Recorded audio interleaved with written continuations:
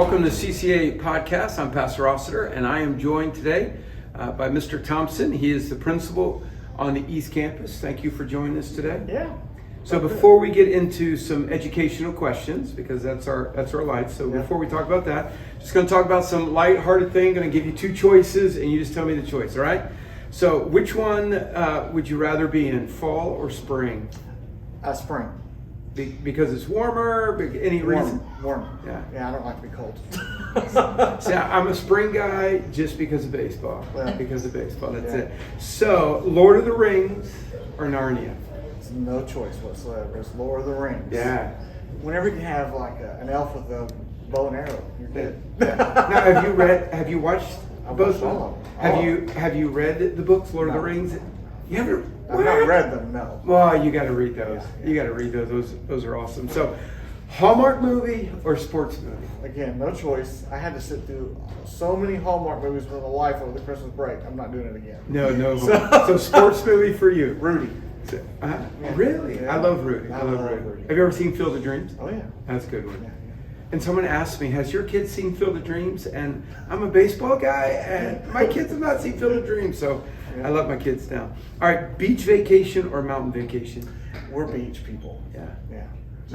No skiing slopes? I've never Come been on. skiing. Really? I've never been skiing. Yeah, it's fun, but I'd much rather go Again, to I the don't beach. like to be cold. Yeah, that's good. You and I are in agreement there. Yeah. I like, give me the 90-degree weather. So Yes. this weather we've had lately, It's miserable. it's miserable. All right, dog or cat guy? I'm a dog person, but we currently have a cat against my choice. Okay. I don't make that decision. Do you know how many times when people say, well, I got a cat, but I really don't want a cat? Yeah, that's okay. my wife made that decision. On a more serious note, life verse, favorite verse? You know, I've been encouraged lately. I'm not a perfect person.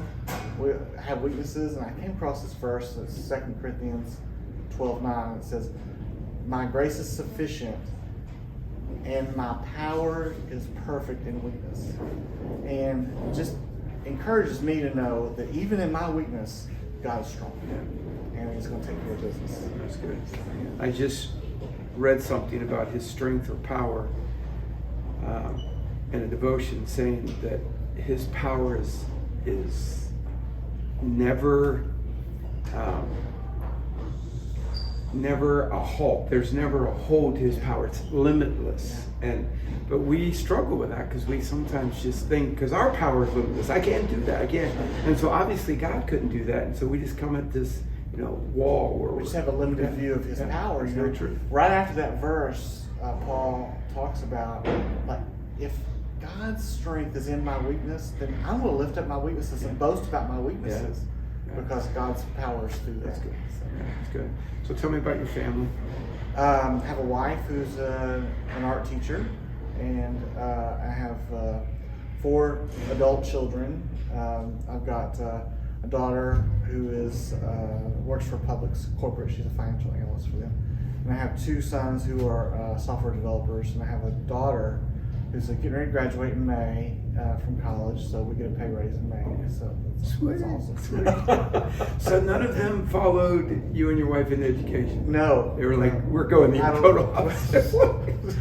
They're like, no, we've learned that's not what we want to do. But and look, my wife and I love teaching and love learning, and we would love for them to be a part of that. But they've got other passions, and that's awesome. That's good. So how long have you been involved in education?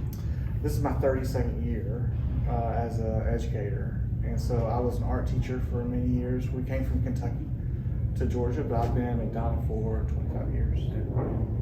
So speaking of art, what, and I'm not an artist, but what, like painting, drawing, what is your passion? Yeah, and so I'm a painter, and so we have a studio.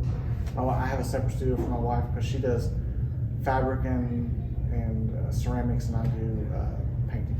So I'm gonna be looking for like a picture out there that has your autograph on it down there. Yeah. So maybe one day strike it big right there. Well, maybe. I doubt it, but it's right. So before you came to Creekside, where were you at? So I have been in Henry County schools for 25 years.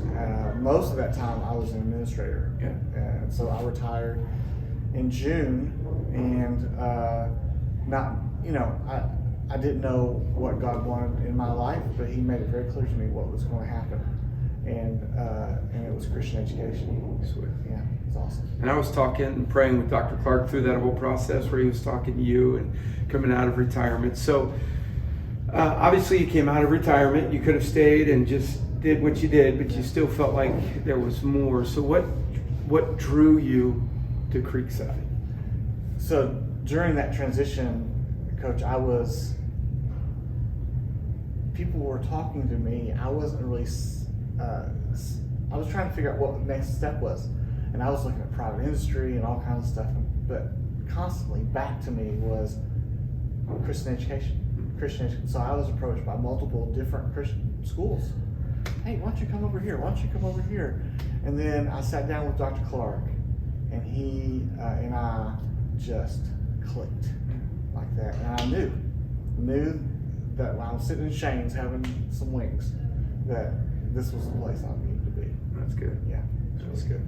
I'm so amazed again at how the Lord just takes our path. It's not something that you would have scripted, and then all of a sudden, God has you right where He wants you, and really being able to be an influence in folks' lives. So, if you were to sit down and describe to parents, families who are not familiar with Creekside, what would you say this is why Creekside is a place that you really need to have your kids? Yeah. What I've said to people since I've been here, and it's been one semester, is that I'm coming with fresh eyes. Some people who've been here for 9 years, like you, see it in a different way, but I'm coming with fresh eyes, and my fresh eyes tell me that this is a place where kids first can grow spiritually and get anchored in the Lord, and then learn all the academics they need to learn at a high level, but integrated with the Word of God, and it's an awesome thing. It really is. It really, and you are beginning to see this even on the East Campus. That Christ-centeredness is the staff. It is. They do it. It's just natural. They're amazing. This is who we're talking about. Yeah. It's what we're doing, and they incorporate to their academics, their teaching, the athletics, everything that happens. Christ just comes out because it's a passion. So it's good. So folks write books on this, and I'm sure you have written papers on this, but educational philosophy. Well, when I started, I might have a different philosophy than where I'm at now after 32 years. But I really believe that kids learn through experience, and as much hands-on and active and connected to who they are, that's where they learn the most. The great thing about Creekside is that I'm seeing teachers every day do exactly that. They're trying to meet kids where they are, trying to tap into their interest, trying to, like I said, embed academics with their spiritual life, and all of that makes a lot of sense. When it makes sense, kids really click. Yeah. It's good. So we got some new things coming up next year. Just tell us about some of the new things that are coming to elementary school. Well, we are very excited. So information is getting ready to go out to parents probably in the next couple of days about an expansion of our learning solutions, which we've had this year. So we are adding, we currently have a program where we target kids who have lower than grade level reading needs. And so we're targeting those. And we have seen such growth in that, with those kids in that program. They're growing at twice the rate of a normal student who grows in reading. Yeah. So that means if they have a gap of a couple of grade levels, they're able to get up to grade level over time faster than they would normally. And that intervention has been very effective, and it's amazing. So we love it. We're going to be expanding that program. We're going to be adding a gifted program here next year. So kids who are in kindergarten through second grade who qualify will be able to be with a gifted teacher doing deeper exploratory learning, thematic learning. It is going to be amazing. That's great. And then third through fifth grade will be able to be in advanced mathematics. Yeah. Sweet. That's going to help those that want to move forward. Yep. They want to move on, and God has gifted them with that ability. And speaking to the reading, my son has been a part of that. Yeah, And I will never forget, it was right before the break. He came home with his evaluation, and he moved up 2 levels, and his enthusiasm, his excitement, his confidence when it comes to reading. And so I can speak to that. That is an awesome program. We're It's so gonna proud of really, him. We really are. It's gonna really help. Yeah. So I know all day you enjoy the whole day of education, but what would you say is your favorite part of the day?